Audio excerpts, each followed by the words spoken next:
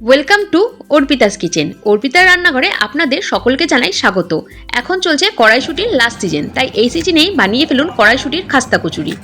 কচুরির জন্য আমি এখানে নিয়েছি 1 বাটি ময়দা, হাফ চামচ লবণ, হাফ চামচ আজওয়াইন আর নিয়ে নেব 3 চামচের মতো সাদা তেল।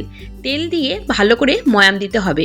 যত ভালো ময়াম হবে তত ভালোই কিন্তু কচুরিগুলো খাস্তা হবে। এখানে আমি ভালোভাবে ময়াম দিয়ে নিচ্ছি। দেখো আমার ময়ামটা বেশ ভালোভাবে হয়ে গেছে। এবার আমি এখানে অল্প অল্পভাবে জল দিয়ে ভালো করে একটা ডো তৈরি করে নেব। এখানে ময়দাটা কিন্তু একটু নরমভাবেই মাখতে হবে, যেমন করে আমরা লুচির ময়দা মাখি ঠিক সেইভাবে। ময়দা যদি শক্ত করে মাখা হয় তাহলে কিন্তু কচুরিগুলো তেলের মধ্যে দিতে দিতেই ফেটে গিয়ে ভিতরে যে স্টাফিংটা থাকে সেগুলো কিন্তু বেরিয়ে আসবে। তোমরা চাইলে এই কচুরিগুলো আটা দিয়েও কিন্তু বাড়িতে বানাতে পারো। তার জন্য তোমাদের আটার মধ্যে কিন্তু 1 চামচ সুজি মেলাতে হবে। এখানে আমার ময়দা মাখা প্রায় কমপ্লিট। এতটা নরম করেই এখানে ময়দাটা মাখতে হবে। ময়দাটা মাখা হয়ে গেছে, এখন আমি ময়দাটা কিছুক্ষণের জন্য রেস্টে রেখে দেব। এবার একটা ফ্রাইং প্যানে কিছুটা জল দিয়ে গরম হতে বসিয়ে দেব। এর মধ্যে দিয়ে দেব 1 বাটির মতো মটরশুঁটি। এখানে আমি সেদ্ধ মটরশুঁটি দিয়েই কড়াইশুঁটির কচুরিটা করব। মটরগুলো আমার এখানে সেদ্ধ হয়ে গেছে। এবার একটা ঝাঁঝরির মধ্যে মটরশুঁটিগুলো দিয়ে আমি জল ঝরিয়ে নেব। জল ঝরানো হয়ে গেলে মটরশুঁটিগুলো আমি ঠান্ডা হওয়ার জন্য কিছুক্ষণের জন্য রেখে দেব। মটরশুঁটিগুলো ঠান্ডা হয়ে গেছে। এবার একটা চপারের মধ্যে মটরশুঁটিগুলো দিয়ে দেব। তোমাদের যদি চপার না থাকে তোমরা মিক্সির মধ্যেও দিতে পারো। এবার দিয়ে দেব একটা কাঁচা লঙ্কা আর কিছু পরিমাণ ধনিয়া পাতা দিয়ে চপ করে নেব।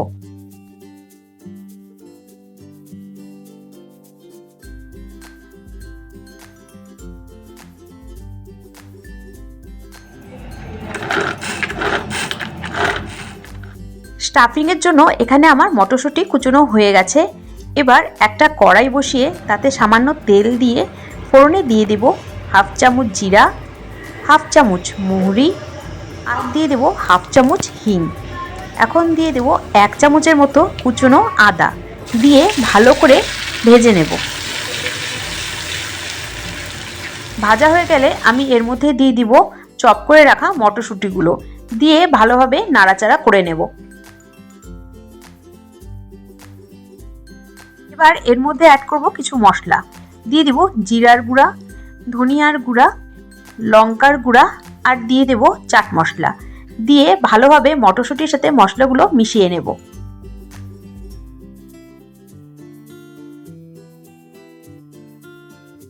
এবার আমি এর মধ্যে দিয়ে দিব হাফ চামচ লবণ আর 1 চামচের মতো চিনি দিয়ে আবার মশলাগুলোকে ভালোভাবে মটরশুঁটির সাথে মিশিয়ে নেব। ঠিক ততক্ষণ পর্যন্ত ভাজতে হবে যতক্ষণ না পর্যন্ত এই স্টাফিংটা এরকম ঝুরঝুরো টাইপের হচ্ছে।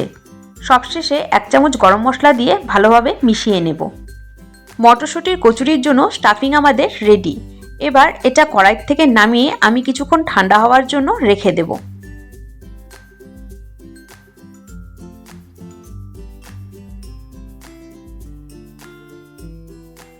ঠান্ডা হয়ে গেলে এরকম গোল গোল পাকিয়ে পুর তৈরি করে নেব।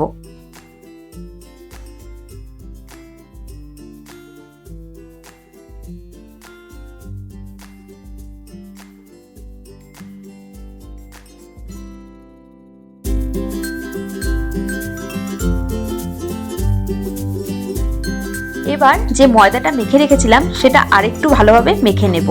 মেখে নিয়ে লেচি কেটে নেব।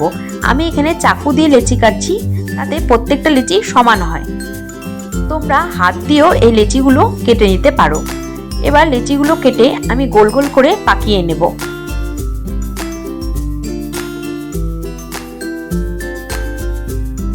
এবার এখান থেকে একটা লেচি নিয়ে আমি আঙ্গুলের সাহায্যেই একটা বাটির মতো শেপ করে নেব। এরপর এর মধ্যে একটা পুর ভরে দিয়ে ভালো করে এর মুখটা চেপে চেপে বন্ধ করে দেব।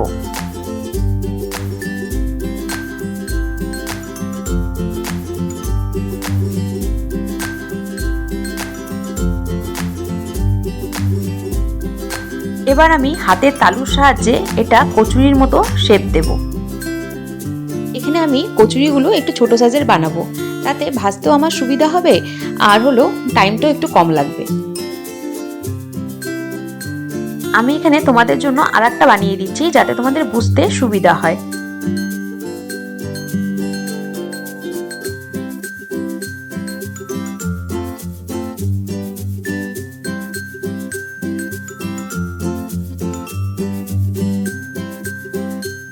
এইভাবে এক এক করে আমি সমস্ত কচুরিগুলো বানিয়ে নিলাম। এবার একটা কড়াইতে তেল বসিয়ে তেল হালকা গরম হলে কচুরিগুলো আমি এক এক করে ছেড়ে দেব। কচুরিগুলো কিন্তু একেবারে লো ফ্লেমে ভাজতে হবে, না হলে কিন্তু ভিতরে কাঁচা থেকে যাবে। একদম হালকা আঁচে আমি কচুরিগুলো এপিট ওপিট করে ভেজে নেব। দেখো কচুরিগুলো কত সুন্দর ফুলে উঠে তেলের মধ্যে ভেসে আছে।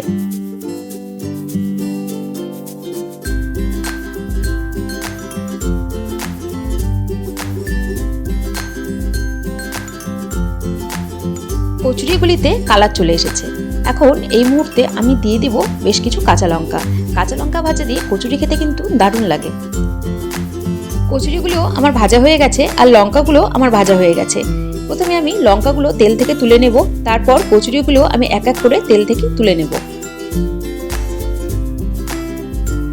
সবগুলো কচুরি আমি এক এক করে তেল থেকে তুলে নিলাম আর উপরে দিয়ে দিলাম ভাজা লঙ্কা। দেখো কচুরিগুলো কতটা খাস্তা হয়েছে, আওয়াজ শুনেই হয়তো তোমরা বুঝতে পারছো। মটরশুঁটির এখন শেষ সিজন চলছে, তাই দেরি না করে ঝটপট করে বাড়িতে বানিয়ে ফেলো মটরশুঁটির এই খাস্তা কচুরি। আমার ভিডিও যদি আপনাদের ভালো লেগে থাকে তাহলে চ্যানেলটিকে সাবস্ক্রাইব করে আমার পাশে থাকবেন।